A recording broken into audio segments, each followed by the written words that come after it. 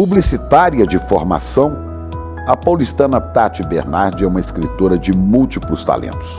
Roteirista de cinema e televisão, apresentadora de podcasts e videocasts, resenhista de literatura, colunista do jornal Folha de São Paulo.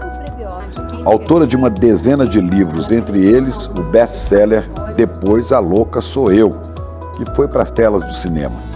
Criou a série e fez o roteiro de Meu Passado Me Condena, um blockbuster que levou milhões de espectadores aos cinemas do Brasil. Nascida em 1979, uma estudiosa da psicanálise, mãe de uma filha, ativa nas redes sociais, Tati é dona de um estilo original e irreverente. Cronista e contista, quase sempre com humor cortante, expõe na escrita sua vida e personalidade. Segundo ela, é uma forma de rir de si própria.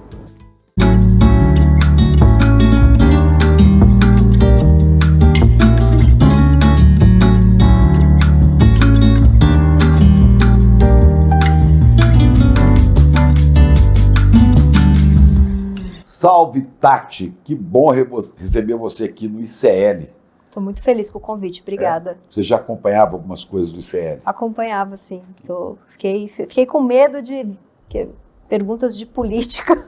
Não, aí eu falei, não, é sobre sua vida. Eu falei, então, ótimo. A gente pode falar de Bolsonaro, se você quiser.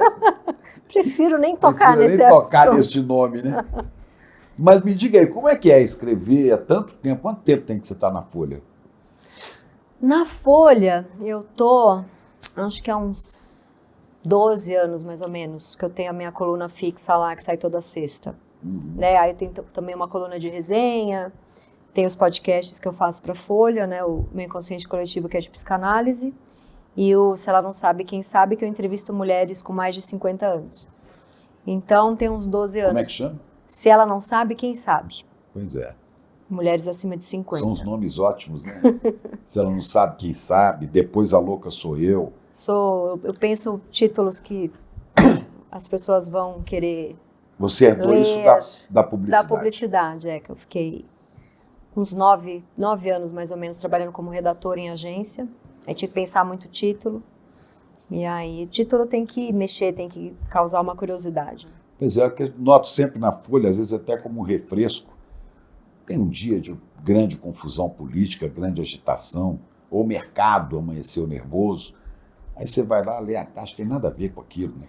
Eu acho que muitos cronistas, eles, até porque a política pediu muito isso da gente, né? Eu mesma fiz isso muito, perdeu um pouco o que é a crônica, né? A gente virou um pouco mais ensaísta, articulista, né? Acho que os últimos anos pediram esse posicionamento, né? Então, a crônica, que é às vezes uma bobeira que aconteceu na semana, uma coisa mais íntima, a gente estava deixando de lado. Eu quis, nesse ano, pelo menos, resgatar isso. De onde você tira o assunto para você fazer uma crônica semanal?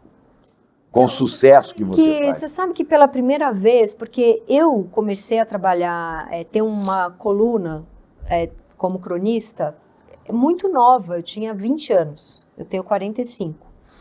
Eu trabalhava na DAV Brasil com o Austin Oliveto, que faleceu recentemente, uma pessoa queridíssima, talentosíssima. Eu entrei como estagiária lá com 19 anos, assim. E quando o Austin foi sequestrado, aquilo mexeu demais comigo e eu escrevi um texto. E eu mandei só para os funcionários da DAV Brasil. Porque tinha um clima assim, a gente fazia reunião, eu estagiária ali, novinha, era meu primeiro emprego, a gente fazia reunião e os sócios do Austin falavam, a gente não pode perder os clientes, a gente tem que continuar num clima, sabe, a gente tem que continuar fazendo piada, tem que continuar trabalhando. E eu pensava, gente, o dono foi sequestrado, a gente não sabe nem se ele está vivo, né? Então eu fiz uma crônica, sem saber direito o que eu estava fazendo, mandei para todos os funcionários, porque eu estava muito mexida, muito triste. Esses funcionários mandaram para outros tantos amigos de outras agências, e a crônica viralizou numa época que essa palavra não existia ainda como a usamos hoje, né? E o texto foi traduzido para um monte de jornal de outros países e É mesmo? revistas. Eu preciso conhecer esse texto. É muito antigo, eu nem acho que é bom, É mas... encontrável na internet? Sim, eu acho que chama 53 Dias Sem Washington Oliveto, uma coisa assim. E aí a Trip me chamou para ter uma coluna online, a TPM, na verdade. Então eu comecei a ter coluna com 20 anos. Então eu escrevo coluna há 25 anos. E pela primeira vez agora, eu tô assim, gente, como é que eu consigo ter uma ideia por semana há 25 anos? Porque daí da TPM eu fui para VIP, da VIP eu fui para Alfa. Porque ter uma ideia, ter um assunto, não é tão difícil. Sim, Agora é mas difícil ficar bom. Você manter a qualidade que você tem. Né? Exato, E aí? Então, eu acho que eu devo estar passando por alguma fase de alguma mudança de estilo, assim, porque eu sempre tinha assunto, porque eu sempre falava de mim. E sempre na primeira pessoa. Né? Então se você está sempre falando de você, sempre tem algo acontecendo na sua vida, né? Então, pela primeira vez, essa sua pergunta foi interessante, porque pela primeira vez em 25 anos eu estou sentando na frente de um arquivo de Word e putz, eu não sei o que eu quero escrever. Talvez queira falar disso, mas já falei, acho que não vai ficar tão bom. Tem muitos haters. Sempre mulher que tem opinião, que se coloca, vai apanhar, né? Então, às vezes eu apanho assim e falo, isso aqui é interessante, eu vou trazer para minha vida, mas 90% é só porque ou tem raiva de mulher, ou porque também às vezes eu vou nos pontos assim mais provocativos, né? Então, tem. Não tem muito não, mas sempre teve. Pois é, e o que mexe mais com essas opiniões?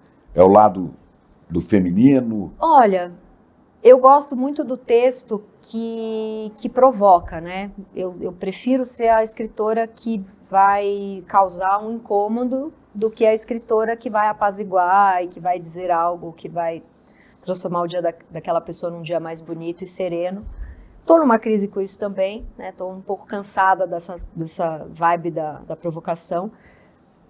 Então, acho que vai por aí, eu gosto de provocar. Então, assim, eu sou feminista, mas às vezes eu acho que algum discurso do feminismo às vezes me parece tolo. Então, eu bato nisso, apesar de ser feminista. Aí as feministas vêm contra você. Aí vem, na época de Bolsonaro, acho que eu batia nele toda semana. Então, recebi muita ameaça de bolsonarista.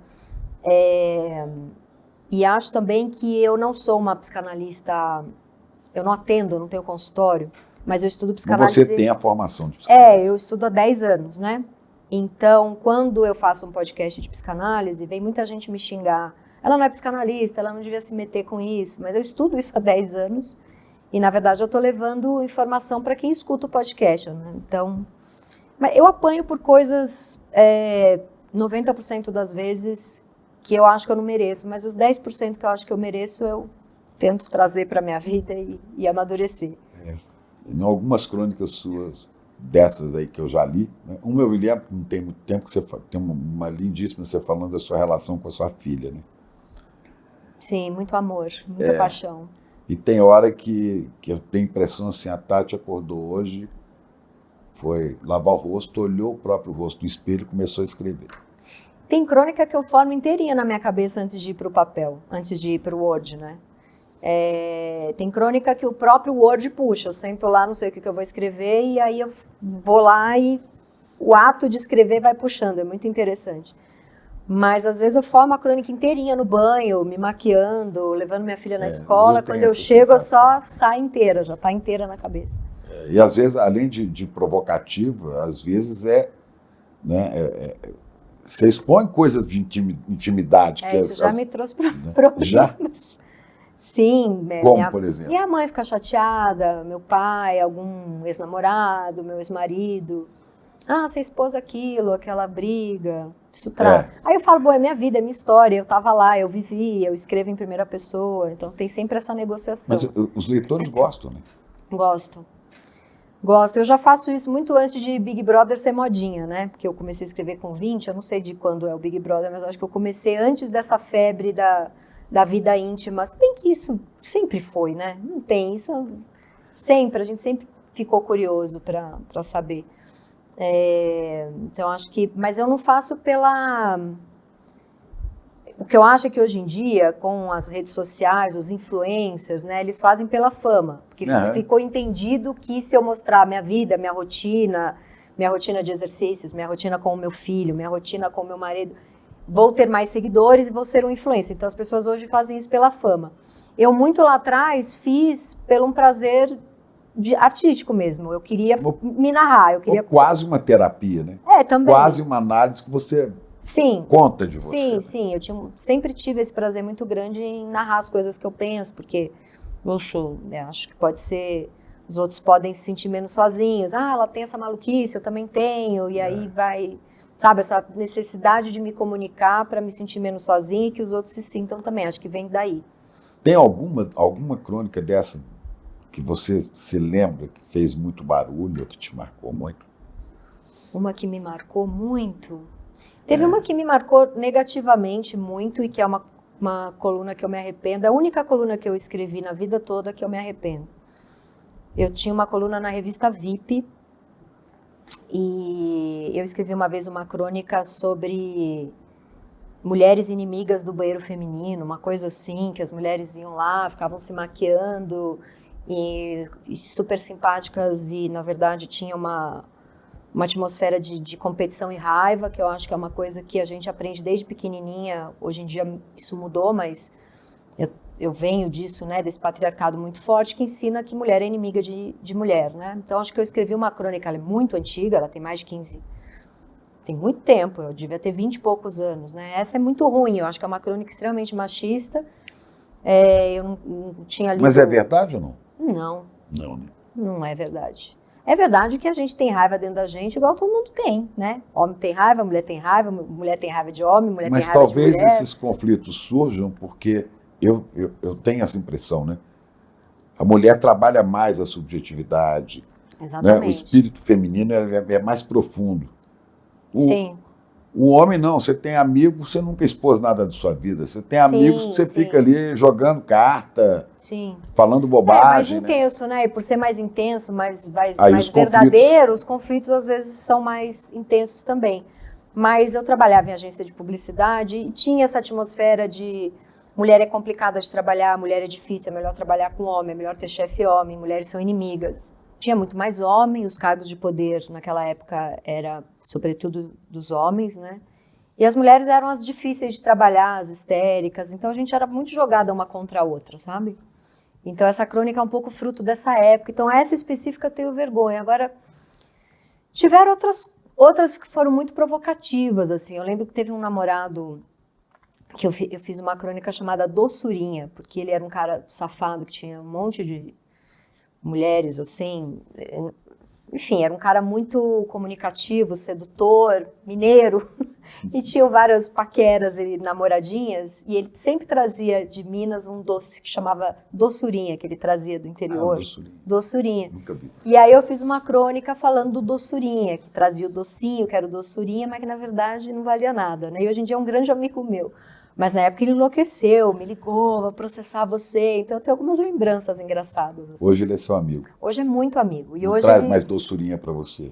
Ele é uma doçurinha. E hoje em dia ele conseguiu, eu adoro essa história, hoje em dia ele conseguiu fazer o que ele sempre quis, só que de um jeito que todo mundo sabe. Ele é casado com 3 mulheres. E isso é público e ele é polígamo assumido. As 3 sabem, não é casado, né? Mas ele vive um relacionamento já... Não moram juntos? Não, eles moram tudo meio perto, as 3 mulheres são amigas entre elas e elas também têm liberdade, de repente, de sair com outras pessoas, mas ele já está há muito tempo com essas 3. Então ele vive o que ele tentava fazer na época que ele não explicava. Ele não é mineiro, ele é árabe, deve ser um califa, um negócio desse, né? Ele é esperto também. E você, quando você descobriu essa... Eu falei, isso muito tempo atrás, né? Eu falei, eu não sirvo para isso, eu sou extremamente monogâmica, então vamos ficar amigos e a gente é muito amigo. E esses conseguiram manter essa amizade. Sim. Né? Mas isso aí são as crônicas que você já fez, né? Alguém já tentou te processar por alguma coisa de... Assim, eu adoro, né, aquela frase que corre em segredo de justiça, né? Mas eu hoje vivo 2 processos, mas não é de pessoa física. Eu vivo, eu posso dizer assim, um processo é por causa da época das eleições, né? E aí, enfim, fui Mas processada. é de algum político? Não é especificamente de um político, mas é de pessoas que se juntaram para dar a entender que eu fiz campanha política nas minhas redes sociais só porque eu dava a minha opinião ali, né? Mas isso é legítimo. Você pode falar de política nas suas redes Exatamente. sociais e assumindo posições. Mas acharam alguma brecha na lei para dizer que eu não podia, estava numa festa. Você tinha um monte de seguidores. Fiz um bem. L numa festa com outros amigos e fui processado, uma coisa bizarra. Agora e o outro processo tem a ver com uma escola, que eu escrevi sobre ela numa crônica, e então não tem pessoa física, mas a minha coluna me traz alguns processos. Pois é, agora é curioso que muitas vezes esses ataques vêm exatamente dessa coisa terrível que virou a extrema-direita no Brasil. Uhum.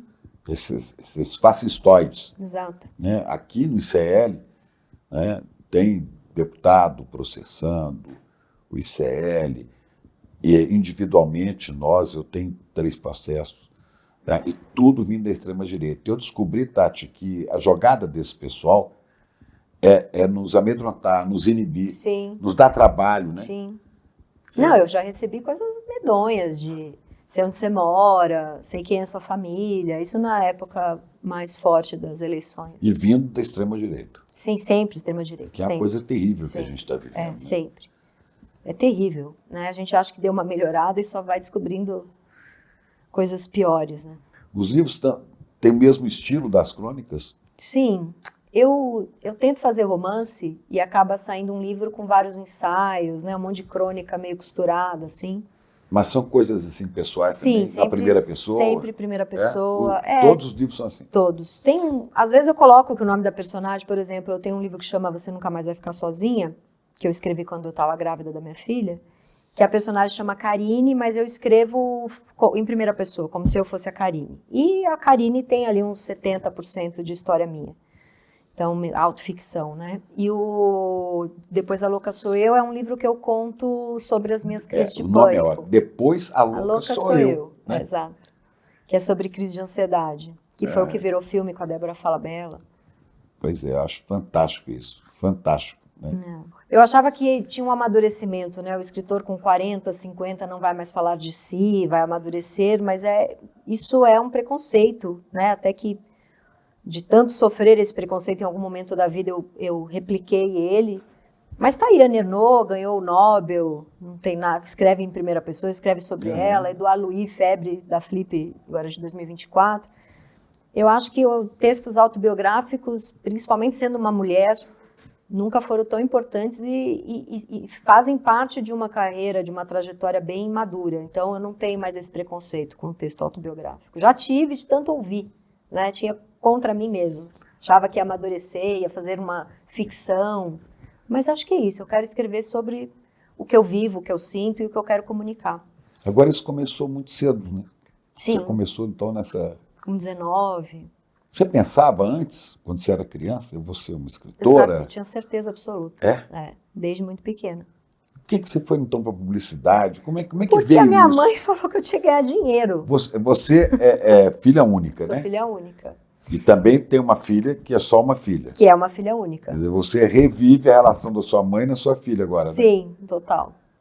Mas diante da sua filha, porque esse aqui me intrigou agora, diante da sua filha, você acha que repete a sua mãe? Ou você repete a filha que foi? Como é que fica isso? O meu grande lance com a minha filha é que a gente agora está numa fase maravilhosa, assim. Ela vai fazer 7 anos, então teve, assim, uma curva de amadurecimento. Então a gente está muito amiga, conversa muito. Parceiras, meu. Muito parceira, tá delicioso, assim, tá delicioso. Mas minha filha é muito mimada. E a minha filha é uma herdeira, né, no sentido meio piada da coisa. Porque eu e meu ex-marido, a gente tem condições melhores do que os meus pais tinham quando eu tinha a idade da minha filha. Então, a minha filha é muito mais mimada do que eu fui. Então, às vezes eu entro em umas crises, né, enfim, de dar um pouco de vida real para ela, assim, de pensar, né, que tá muito fácil, tá muito dado, sabe? Teve babá, agora não tem mais, mas teve babá há muito tempo. Então, eu tenho um pouco essa preocupação, né, de ela ser muito mais mimada. Eu fui bem mimada, isso me estragou de certa forma, assim, muito cuidada, então eu tenho meus medos e tal. Você é um sucesso, você tá louca. Não, mas eu tenho uma cabecinha estragadinha de medos, de tudo é perigoso, eu fui mimada nesse lugar, sabe, né? Mas eu tive que ralar muito, né? Então isso é uma coisa que eu quero trazer, justamente por vir de uma família sem grana, eu fui cuidada, fui amada, mas você não tem grana, então com 18 anos eu já comecei a estagiar. Então você estava dizendo, você foi para publicidade porque podia ganhar dinheiro. A minha mãe falou, você é muito criativa, tal. O que é um criativo que escreve que ganha dinheiro? Era o Washington Oliveto, né? Na época, os horários comerciais, na época que eu tinha 17 anos, que foi quando eu entrei na faculdade, era às vezes mais divertido do que assistir TV, né? Os comerciais do Washington. E então eu fui para trabalhar. É ótimo, né? Sim, eu trabalhei 3 anos na W Brasil, até hoje eu digo que foi o período, assim, dos mais felizes da minha vida. Era delicioso trabalhar ali. E depois eu trabalhei em várias outras agências e nunca mais repeti aquele momento ali, sabe? Era muito bom ali, era um ambiente muito... De lá saiu Alexandre Machado, que depois fez Os Normais, casado com a Fernanda Young. Conheci muita gente interessante ali. Ali foi um começo maravilhoso, assim, da minha carreira. E agora o que eu vejo, na verdade, eu não vejo que eu sou minha mãe criando a minha filha. Eu vejo nela eu criança, muitas vezes. Isso que é uma maluquice, né? E aí você não quer fazer aquilo que sua mãe fazia, que te incomodava. Minha mãe era muito brava. Pois é, então vai... E eu sou uma trouxa, então, entendeu? você fala assim, eu sofria quando era da cidade, então eu não quero que a minha filha sofra. Aí você faz o contrário. Exato, e aí ela tá assim, ela manda em mim. Eu sou uma trouxa. Agora eu tô melhorando, a terapia tá me ajudando, mas eu era assim, a trouxa derretida na frente dela. E isso é ruim, né? Tanto para ela quanto para mim. Então agora eu tô retomando as rédeas de uma mãe mais dura, assim. Mas eu sou muito apaixonada. A gente é muito apaixonado por filho. Eu sou uma completa trouxa ali. Os meus amigos brigam comigo, meu terapeuta briga comigo, mas assim, o que você quer, meu amor? Eu tô aqui, ó. Tudo que eu sou brava no trabalho, assim, as pessoas que já trabalharam comigo falam, você tem a coisa de querer que fique perfeito, e você pega no nosso pé. Eu sou uma idiota com a minha filha. Paguei tudo na mão dessa criança. Mas isso, tem que... Né, haja terapia, haja estudo de psicanálise para entender isso, né? Mas é fantástico. É muito amor, é incomparável com qualquer outra coisa. Mas você fez publicidade, você poderia ter feito, se você gosta de escrever, poderia ter feito logo jornalismo, mas jornalismo não dá dinheiro, né? Não, na época de prestar vestibular, eu falei para minha mãe, eu estou entre prestar letras, jornalismo e psicologia. Minha mãe falou, psicologia você vai achar que você tem todas as doenças, jornalismo dá menos dinheiro que publicidade, letras minha mãe não sabia nem direito o que era, que vai estudar letras, vai fazer o quê? Vai aprender francês para dar aula de francês, sei lá. E aí eu fui, mas foi um período, e acho que a minha escrita hoje, ela vem dessa experiência com a publicidade, eu não vou jogar fora isso tudo que eu aprendi, eu fiquei 9 anos em agência, né? Às vezes pegava um briefing de 20 páginas que tinha que transformar numa campanha com um título. Então, esse poder de síntese... Tem alguma campanha dessa que ficou... eu participei de milhares de campanhas, não deu tempo de eu crescer, virar uma diretora de criação, né? Então, eu participei de milhares de campanhas que foram premiadas, tal, mas como uma colaboradora, né? Uma coisa minha, assim, não, porque... Porque muito rápido eu entrei com 20, saí com 28, 29, né? A hora que começou a ficar sério, enquanto eu era estagiária, eu me divertia, redatora júnior. A hora que eu comecei a ter cargos que vinha a responsabilidade mesmo, eu falei, eu não quero virar à noite para fazer campanha de banco, sabe? Eu quero escrever filme, aí eu saí fora. Você não acredita muito no banco, né? Você sabe bem o que é o banco, né? Não, eu não queria virar à noite para deixar um monte de gente milionária e eu só sem tomar banho, né? Então, é por isso que eu saí fora. E eu queria trabalhar como artista, sempre quis escrever, né? Então, a hora que eu juntei um dinheiro, eu mandei um beijo lá pro que minha mãe achava e já podia me sustentar. E aí eu entrei na Globo, com a ajuda do Alexandre Machado, que eu conheci na W Brasil. E na Globo você foi fazer roteiro? Aí fiz novela, fiz série, fiz um monte de coisa. Fiquei 13 anos na Globo. No ar nunca, né? Sempre nos bastidores. Sempre nos bastidores, Eu fui entender que eu não queria aparecer a minha cara, eu queria aparecer meu texto, né? Eu fui entender que eu gostava de aparecer quando eu criei um podcast chamado Calcinha Larga, que foi um sucesso durante a pandemia. Calcinha Larga. E por que Calcinha Larga? Porque eu fui fazer um teste no Saia Justa e não passei, fiquei puta. E aí eu tirei um sarro do saia justa e fiz o calcinha larga. Porque, então saia justa e calcinha larga. porque assim, a calcinha é mais íntima que a saia, só que em vez de ser justinha, é largona, que a gente fala debochado, entendeu? E aí eu criei esse podcast, na pandemia foi um sucesso, ficava entre os primeiros, mais ouvidos do país, assim, e aí eu percebi que eu gostava de ficar falando, não era ainda a minha cara, mas já era a minha voz, né? Não era só bastidor. Aos poucos você vai aí eu saindo da fui, toca. exato, começou ali. Mas hoje você tem...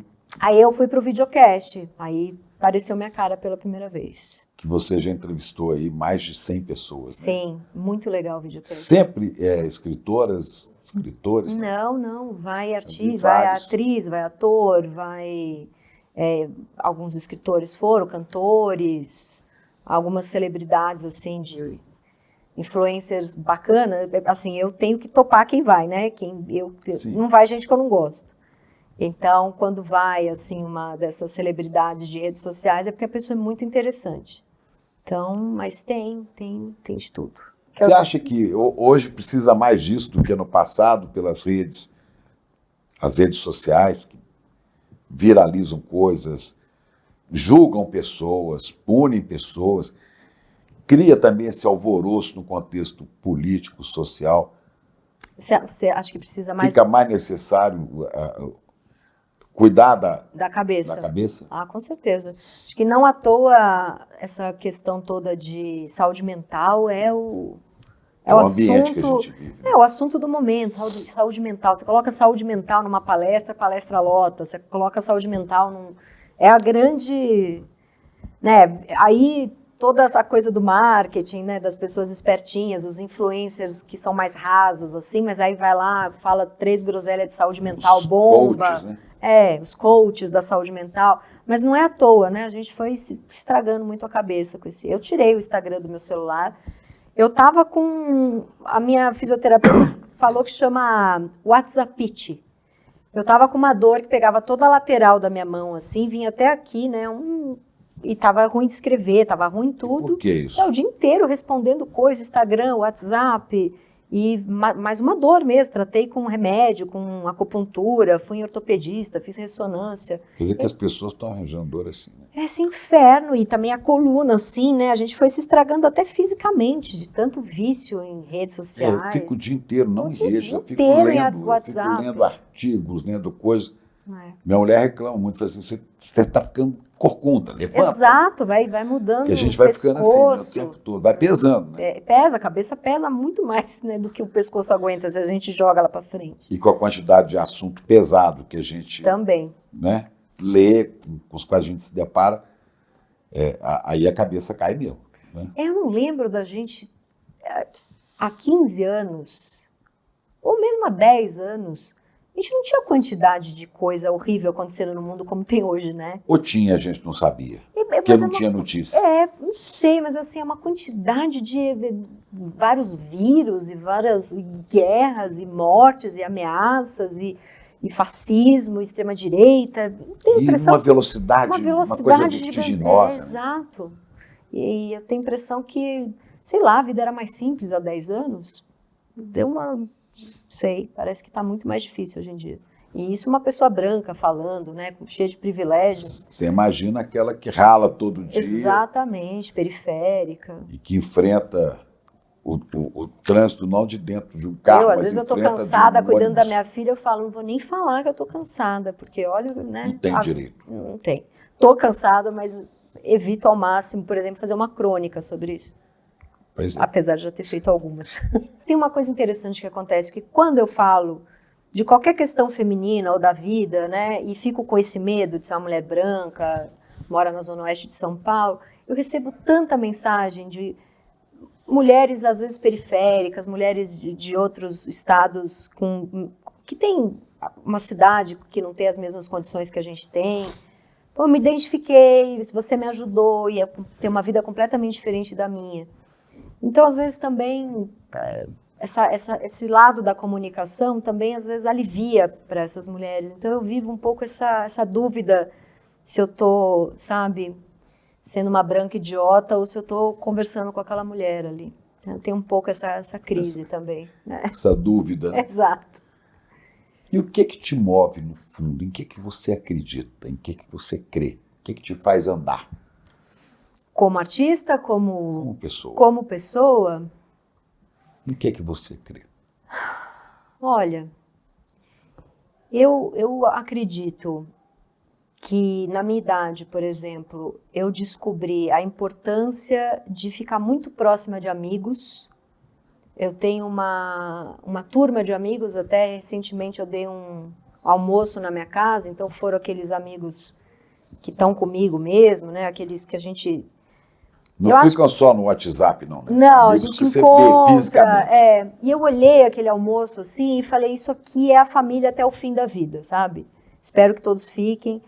Porque, assim, os meus pais, meu pai tá com 85, 84, minha mãe 77. Eles estão super bem, não tem nenhuma questão, mas eu sou filha única e eu não tenho primos. Tenho primos, obviamente, mas não sou próxima, não tenho tios próximos. Minha família é meu pai, minha mãe e minha filha. E eu me divorciei faz 3 anos, né? Então, eu comecei a entrar num desespero de quem é a minha família, quem é que vai comigo até o fim da vida, né? Isso foi uma crise, assim, dos 45, assim que eu me divorciei. E aí eu entendi que essa é a minha força hoje em dia, esse grupo de amigos que eu fiz, até porque é muito chato e, assim, eu sou uma figura pública com milhares de aspas, né? Uma figura pública micromundo, assim, né? Então... Mas eu tô ali, né? Tem gente que lê, tem gente que me conhece e eu sou muito atacada por isso. E isso me faz muito mal. Às vezes eu acho que não, vou que nem um trator, mas lá no fundo faz mal receber tanta crítica, assim, tem muita fofoca. E isso foi ao longo da vida, conforme eu fui ficando mais velha, me divorciei, que foi uma dor insuportável, tive minha filha, eu fui ficando mais sensível. A vida toda eu fui um trator. Ah, estão te xingando. Eu falava, deixa eu xingar. E continuava, mais um podcast, mais um livro, mais não sei o quê. Chegou uma hora que eu fiquei muito sensível, assim. E nessa hora, essa base desses 30 amigos, assim, que estão... Claro que desses 30 tem os 3 que são mais, os 5. Mas, assim, tem essa galera que eu sei para onde correr. Eu acho que hoje o que me move foi essa compreensão dessa família que a gente forma e de como a gente pode estar protegido dentro desse lugar. E não precisa mais do que 30. Sabe, 30 é muita gente. Muita gente. Quando eu olhei aquele almoço, eu falei, cara, eu sou muito feliz e abençoada, sabe? Não precisa mais do que isso aqui. Então, acho que hoje é isso, é a minha filha e isso, sabe? E a expectativa aí de um amor que eu ainda não desisti. Agora, essa coisa de escrever coisa. O que me move é escrever. É porque tentei falar, assim, depois da minha filha, a coisa mais importante da minha vida é escrever.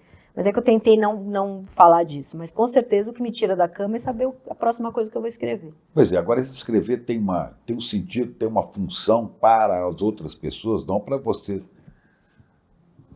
se expor. Olha, tem uma cena que aconteceu comigo esse ano e que, assim, eu olhei e falei, é por isso que eu escrevo, assim. Que o meu escritor preferido, já de uns 5 anos para cá, um escritor francês que chama Édouard Louis, que veio aqui na Flip de 2024, e foi uma febre, tá todo mundo lendo ele, mas eu descobri ele muito antes de todo mundo, até tenho ciúme. E que é um escritor francês que nasceu numa cidade, uma cidade operária, família muito ignorante, sofreu muito preconceito por ser gay, era muito pobre e ele conseguiu estudar e ascender intelectualmente, financeiramente, que é um pouco a mesma história da Anne Ernaux, ele é inspirado pela Anne Ernaux. E eu sou fascinada por ele, eu vim da Zona Leste de São Paulo, vim de uma família extremamente inteligente, eu acho minha mãe genial, mas foi uma mulher que não pôde estudar. Meus avós tiraram a minha mãe da escola porque ela tinha que trabalhar, fazer enxoval e casar. Então, a professora foi na casa dos meus avós falar, ela é a aluna mais brilhante que a gente tem. Meus avós, não, mas já tá bom. Ela vai casar. Ela vai casar e vai trabalhar, botaram ela para trabalhar numa loja de sapato. Então, tiraram minha mãe da escola, ela estava no ginásio. E mesmo assim, é uma mulher brilhante. Então, eu venho dessa família que não pôde estudar, uma família sem grana, então eu me apeguei demais ao Édouard Louis. Os livros dele mexeram muito comigo. E ele teve no Brasil... Fizeram um jantar para ele, eu fui no jantar, estou sentada ali com ele, com meu inglês meio macarrônico, mas a gente se entendendo.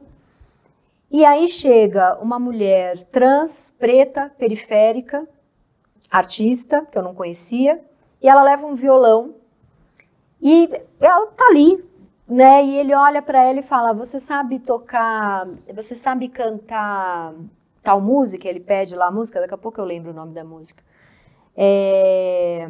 Você sabe tal música? Ela falou, sei. Aí ela começa a tocar. Música brasileira? Não, uma música americana. Ah. E ela começa a tocar no violão e ela começa a cantar com ele. E os dois se emocionam, ficam com os olhos cheios de lágrima.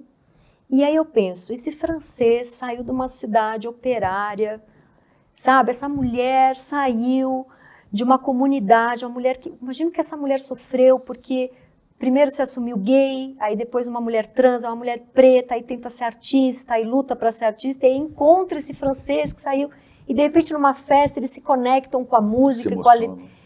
Eu olhei aquilo e falei, isso é tão lindo. E aí eu vejo que o meu texto, por exemplo, qualquer lugar que eu vou, alguém, ou os podcasts também, mas principalmente os livros e as crônicas, as pessoas vêm falar comigo. Eu estava péssima quando eu me separei e um texto seu fez eu entender o que eu estava passando. Eu fui recentemente para Lisboa e uma portuguesa me parou na rua. Você me salvou durante a pandemia com o seu podcast. Eu estava numa baita depressão e você fazia piada com não sei o quê, não sei o quê, não sei o quê. Então eu acho que isso de você mexer com alguém que você nem sabe quem é, que está em outro país, lá, que está em outra cidade, sabe? Então eu acho que isso é o grande lance da coisa toda. Sem falar exatamente de política, nem de partidos, mas você falou aí de uma mulher preta, de periferia, né? Trans, pessoas que são vítimas de todo tipo de violência no Brasil. Sim, né? sim. E o Edouard Louis foi vítima também, porque era gay, numa cidade extremamente machista, foi estudar, então sofreu críticas por ter saído desse lugar, abandonado a família dele para estudar. Chegando em Paris, sofreu todo tipo de preconceito, foi estuprado, ele passou por várias violências, foi garoto de programa durante um tempo e sofreu muito abuso nessa época. Só que assim, é um francês branco, uma preta da periferia, uma mulher trans, eles se encontram e se conectam, não precisam dizer nada, se olham e começam a chorar, sabe? É muito bonito a arte. Muito forte. Você escreveu isso? Não, eu preciso fazer essa crônica. Uma crônica legal. Foi muito bonito. Pois é, mas sem falar exatamente de política, a gente está tratando desse tema, está subjacente, né? Sim. Você acredita no Brasil? Você acha que isso tem melhorado? Como é que está na sua cabeça? Eu tenho muito medo desse crescimento do fascismo, né, da extrema-direita. Eu fiquei arrasada que o Trump ganhou. No mundo inteiro, né? Acho que para além, né, eu lembro que eu estava naquela lista dos detratores, né? Logo que o Bolsonaro ganhou, tinha uma lista dos detratores, né? E o meu nome estava ali. Eu frequentei essa lista também. E um monte de amigo meu me ligou para dar parabéns, enquanto isso minha mãe estava vendo cidadania portuguesa para mim, porque se tiver golpe, e a gente chegou muito perto de ter, né? Então eu me preocupo muito, principalmente assim, o Trump ganhando, o que vai acontecer com o planeta? Será que minha filha vai poder ter filho? Será que eu vou ser avó? Ou será que a gente vai explodir, sabe? Porque já estava assim, por um fio, e aí esse cara ganha, né? Então a gente não sabe o que vai acontecer com o planeta, né? Então eu tenho essa preocupação, mas a vitória do Lula me encheu muito de esperança, assim, sabe? Agora, posso ser muito de esquerda no programa? Posso. Pode, né? mas não é de esquerda, eu quero que você seja você. Eu mesma. Eu fiquei muito triste que o Boulos perdeu, eu acho que a esquerda ainda precisa melhorar muito a maneira de falar com as pessoas, né? Eu acho que a campanha eu não gosto da campanha que o Boulos fez, eu acompanhei, assim, via muitas coisas, eu achava... Não gostava, fiquei muito triste que ele perdeu, ele é uma pessoa que eu gosto muito. Eu também fiquei. Mas eu acho muito triste quando a gente tem que pensar que quando aparece, por exemplo, um Marçal, é tão desesperador que a gente pensa, talvez um Tarcísio seja melhor, esse tipo de raciocínio. Isso é terrível, né? Me deprime, porque assim, aparece uma coisa tão pior, né? Que você fala, não, se for Marçal e Tarcísio, é torcer para Tarcísio, sabe? Essas coisas assim. Mas Tarcísio com derrite. Exato, mas o Lula tem muita força, né? Fez cirurgia, eu já entro em desespero, pelo amor de Deus, né? Eu acho que o PT tem que preparar quem vem depois do Lula, né? Precisa muito, para a gente poder continuar tendo essa força na esquerda. Mas eu tenho esperança, inclusive eu acho que já melhorou, né? Sem dúvida que houve a melhora depois dos 4 anos só de do destruição. Cavaleiro da Morte, Exato. né? Porque é da morte. É da morte. Tudo, a morte do outro, a tortura, a morte na Covid, Sim. a morte da natureza, E agora é torcer para não ter anistia. a morte né? das armas. Sim. Não haverá anistia. Já Deus está aí, quiser. já está no processo. Já está. Acho que Fernanda Torres está fazendo sucesso na hora certa com esse filme E eu que acho fala muito justamente importante, sobre né? ditadura. E é muito importante porque muita gente vai perdendo Mais a referência. sucesso, né? Porque ela já faz muito. Mas... Eu vivi muito esse período da ditadura. Eu entrei no jornalismo em 71. Quer dizer, no começo ali do governo do Médici, uma coisa horrorosa, né? Foi o mais truculento Sim. dos ditadores. Acho que o mais truculento, sem dúvida nenhuma. E muita gente hoje, né, ameniza, fala, não foi tanto O meu assim, pai, né? ele é assim, os meus pais separaram por isso, né? Seu pai é bolsonarista. Meu pai é bolsonarista, minha mãe é mulher de esquerda, sempre foi petista. Só que isso não era. O bolsonarismo surgiu para dar nome para aquilo que a gente sabia que a pessoa tinha de errado e não sabia direito o que era, né? A pessoa é machista, aquela pessoa. Aí vem o bolsonarismo, você fala. Antes do bolsonarismo ainda dava para conviver, né? Depois Exato, que aí deu nome para aquele incômodo, né? O meu pai, ele, assim, hoje em dia, claro, eu amo meu pai, foi um bom pai, mas o meu pai tem falas racistas, né? Enfim, acho que as pessoas da minha idade têm que conviver muito ainda com esses familiares, né? A gente, infelizmente, é fruto desses ambientes, assim. E o meu pai, acho que ditadura foi uma época boa, que tinha polícia na rua e que não teve nada de... Que bandido morria. Quem morria era bandido, não teve essa coisa de jovem estudante torturado. Pois é, mas aí o filme mostra isso traz, de um né? jeito. Ainda estou aqui, mostra e fala assim, tá vendo? É aquilo que aconteceu. Esse filme é hora certíssima para acontecer. Brilhante Ustra, tortura, isso é um absurdo, né? Eu estava revendo esses dias um mini documentário sobre o Dermi Azevedo. Você conheceu o Dermi? Não. Um jornalista, né, que foi ele e a mulher, primeiro foi preso naquele encontro de Biúna da Uni, né? Uhum. Depois saiu do país, depois foi escrever na Folha e foi preso, porque achavam que ele era comunista e tal. Não conseguindo arrancar nenhuma confissão dele nem da mulher dele, eles pegaram o filho de 1 ano e 8 meses e torturaram o filho na frente dele. Não é possível. Torturaram, depois pegaram o filho e jogaram, né? Jogaram o filho, se não me engano, Alexandre, na varanda da casa dos avós. Mataram o filho? Então, jogaram depois de torturá-lo. Mas não morreu a criança? Não. E o filho, aos 40 anos, 2012 e tal, se matou, né?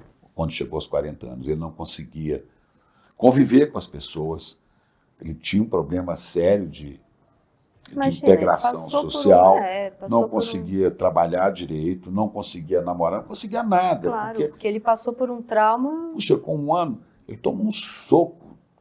O Dermi faleceu agora, tem uns 2 anos.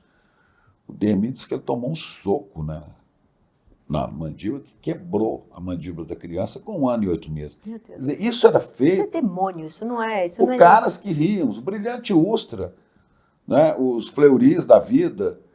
E aí o cara fala assim, em nome de Brilhante Ustra, eu voto. Sabe, tinha que ser preso o cara que faz apologia disso. Né? Sim, na hora. Era para o hora. Bolsonaro ter saído preso na hora que ele falou em nome de Brilhante Ustra, quando ele Mas falou aí pelo você impeachment da Dilma. Você deixou a porta para ele entrar, aí ele entra e faz essa desgraça no país. Sim, sim. Ali era para sair preso já. Mas você acredita no futuro desse país? Acredito. Porque senão também o que vai restar, né? O que a gente vai fazer? Eu acredito.